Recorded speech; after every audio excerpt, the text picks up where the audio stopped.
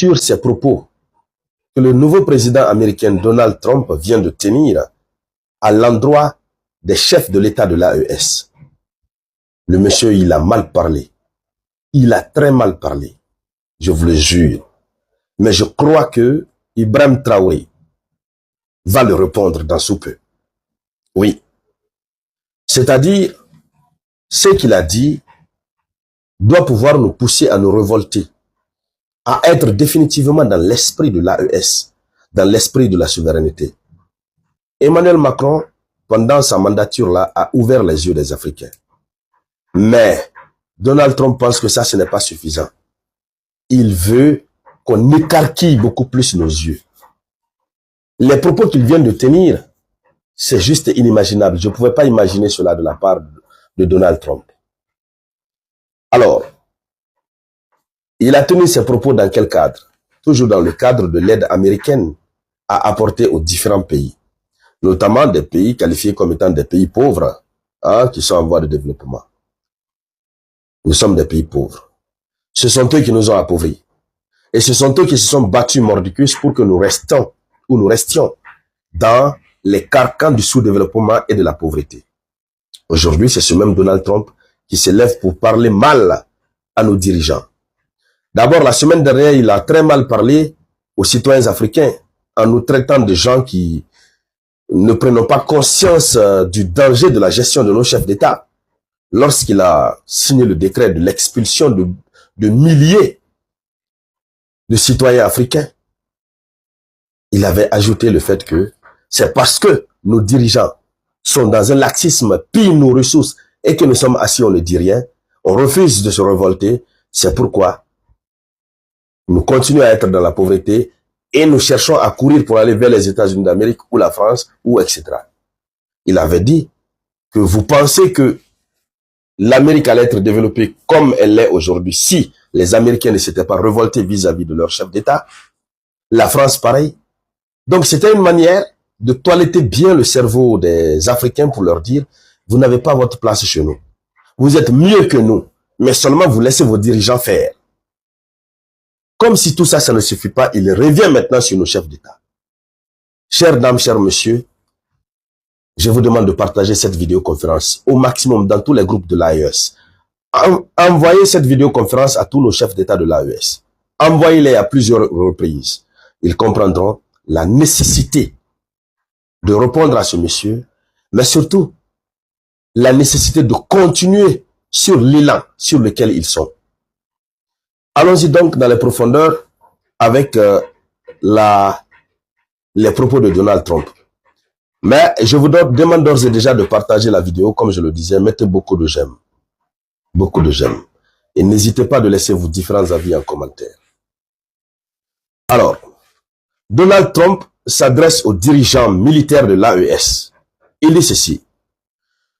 Je ne vois aucune différence entre des étrangers armés qui dévalisent les boutiques et des soldats africains prêts à braquer les institutions de leur pays. L'aide américaine n'ira pas aux voyous. Excusez-moi, mais c'est l'intégralité de ce qu'il a dit. Excusez-moi pour le dernier mot, mais c'est pas moi qui le dis, c'est Donald Trump qui l'a dit. C'est lui qui traite nos chefs d'État de voyous. J'ose espérer même d'ailleurs que ces propos-là n'émanent réellement pas de lui, ça ne provient réellement pas de lui. Mais sinon, c'est une véritable foutaise. On peut comprendre, parce que le Niger, le Burkina, le Mali ont chassé l'armée, les bases militaires américaines. Le Niger notamment les a chassés. Et ils ont ce remords-là, ils se sentent très mal à l'aise. Donc tout ça, ça peut pousser Donald Trump à parler ainsi. Mais disons-nous la vérité. Il dit quoi? Il dit qu'il ne voit aucune différence entre des étrangers qui braquent, qui dévalisent nos différents pays. Ces étrangers sont qui? Les Occidentaux qui viennent mettre à la tête de nos différents États des personnes étrangères. Puisque lorsque quelqu'un n'est pas patriote, on dit que non, comme c'est un civil, il faut lui donner le pouvoir et que la personne se mette à dévaliser nos pays. Ce genre de personne est qualifié d'étranger par Donald Trump. Deuxièmement, il dit qu'il n'y a pas de différence entre ceux-là et des soldats qui braquent leurs institutions. Le braquage institutionnel nous renvoie à quoi? Au coup d'État. Lui, c'est ce qui lui fait mal. Le fait que l'institution de transmission de pouvoir démocratique n'a pas été respectée dans le cadre de l'installation des différents dirigeants de l'AES. Alors, voici ce que Donald Trump dit, et il dit que l'argent de l'Amérique n'ira pas à des voyous. Chères dames, chers messieurs, ça fait très mal. Si Donald Trump le dit aujourd'hui, quelle que soit la manière par laquelle il a eu à le dire, quel que soit le tort dans lequel il est, disons qu'il a raison. Donald Trump a raison, en ce sens que nous, Africains, nous avons pris comme religion de continuer à recevoir de l'aide des autres États. Comme si sans leur aide-là, on ne pouvait pas manger, on ne pouvait pas continuer de vivre. Ils ont stoppé, ils ont bloqué leur programme d'aide alimentaire, ils ont suspendu le programme d'aide, j'allais dire, d'aide financière, pour 90 jours. Est-ce que cela a envoyé au repos éternel nos concitoyens? La réponse est non. Nos concitoyens sont encore vivants. Voilà. Certes, cela peut retarder un peu le développement, mais en tout état de cause, depuis fort longtemps, les aides qu'eux nous apportent là, depuis quand cela nous a conduit vers le développement qu'ils annoncent à tout moment sur les ondes des médias. Leur aide ne nous a jamais permis de nous aider nous-mêmes. Et je le disais hier, l'aide qui ne peut pas nous aider à nous passer de l'aide n'est pas de l'aide. C'est de la servitude. Alors, Donald Trump se tape aujourd'hui la poitrine devant les pays de l'AES pour dire que parce qu'ils ont fait des coups d'État, l'aide américaine n'ira pas là-bas. Alors, nous, État de l'AES, qu'est-ce que nous devons faire? Il faudra qu'on continue de compter sur nos propres moyens, comme ça a été le cas récemment, je crois, au Burkina Faso, avec le remboursement de la dette extérieure du Burkina vis-à-vis de l'UEMOA, un montant faramineux, je crois, de 4 milliards, 4 milliards 8 millions, je crois que c'était en France effacé, je ne fais pas erreur. Donc voici ce que Donald Trump vient de dire. Allons-nous nous asseoir, regarder? Il faudrait qu'on prenne notre responsabilité.